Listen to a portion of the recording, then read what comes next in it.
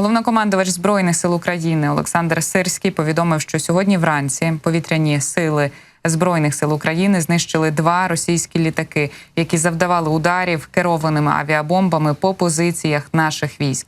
Один винищувач-бомбардувальник Су-34 та один винищувач Су-35С. Олександр Сирський також подякував за роботу нашим воїнам. Ми також дякуємо їм, тому що це неймовірні результати. Мені здається, зараз військові аналітики по всьому світу, не лише в Україні, сидять і, я не знаю, або кусають лікті, або хапаються за голову, тому що, щоб ви тільки могли зрозуміти, за 3 доби українські сили оборони знищили 6 ворожих винищувачів. Це 4 Су-34, бачите, навіть римується. Цікаво, чи це так спеціально чи ненароком вийшло. І 2 Су-35. Тут поки що без Рима, але я от впевнена, що точно. Ну і командувач повітряних сил України Микола Олещук також прокоментував ситуацію. Я зацитую вам це повідомлення. Ранок 19 лютого 2024-го, східний напрямок, ще -2 літаки окупанта. Це наша земля і наше небо. Усім дякую за бойову роботу. Далі буде. Я ж казав, нехай щастить. Ну, ми знаємо, як фразу «нехай щастить» перекладають для себе окупанти, тож тільки того їм і бажаємо. Ось такою є інформація станом на зараз. Продовжують працювати наші сили оборони. Ну і, власне, нагадаємо собі, що оті каби росіяни на східному напрямку справді використовували у величезних кількостях. Так, от нагадаємо собі бої за Авдіївку. Минулої години ми спілкувалися із Максимом Жоріним, із військовим із 3-ї штурмової бригади. І він розповідав, що росіяни могли завдавати там кількадесят, якщо не сотню ударів кабами за добу. Це керовані авіабомби, які просто зносять з лиця землі будівлі, інфраструктуру, вулиці, критичну інфраструктуру тощо. І от тепер на східному напрямку ситуація буде трошки легшою для наших сил оборони, які продовжують захищати українську землю від ворога. Неймовірна робота. Ну і дуже-дуже сподіваємося, що незабаром розкриють нам інші деталі. Що ж це таке в окупантів произошло там? І загалом, якою є ситуація.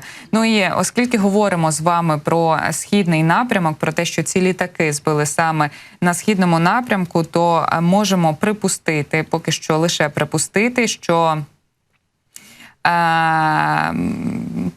це могло трапитися під Маріуполем, адже вранці 19 лютого у тимчасово окупованому місті прогреміли вибухи, які були чути у всіх районах, і місцеві у телеграм-каналах, у своїх чатах писали, що за попередньою інформацією збили саме винищувач російський. Ну і бачите, тепер уже маємо офіційне підтвердження того, що 2 літаки загалом на східному напрямку. Ну я також нагадаю, що у Маріуполі нині був перекритий повністю той район, де лунали так звані кокієто хлопки, туди не пропускали цивільних, але там рух опору зафіксував велике скупчення окупантів. Ну і за інформацією різних каналів говорять про те, що добралися вже окупанти до пілота, який імовірно просто купався,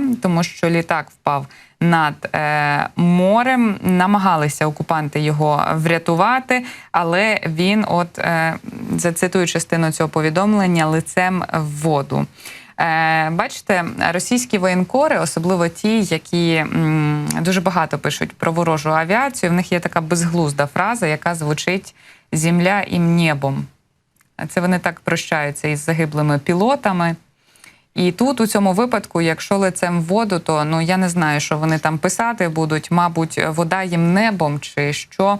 Але, знаєте, поки що чекаємо на детальнішу інформацію і спостерігаємо за скигленням російських воєнкорів у соцмережах. Поки що мовчать. Чи то методичку не спустили, чи то дуже сумно втратити 6 винищувачів за 3 доби.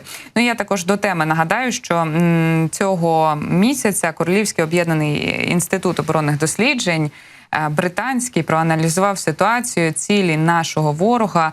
І, власне, Росія продовжує нарощувати свої потужності для того, аби заграбастати якомога більше українських земель. Але один із тих викликів, який підмітили міжнародні оглядачі, це саме авіація. Нестача пілотів, яким уже земля небом, чи, як говорять російські воєнкори, які більше не можуть літати, бомбити українські міста і села і позиції наших сил оборони. І тут ще одну таку історію маємо. Лицем у воду точно бомбити не зможе. Ну і цікаво, лицем у що отой другий пілот другого винищувача. Чекаємо на детальнішу інформацію.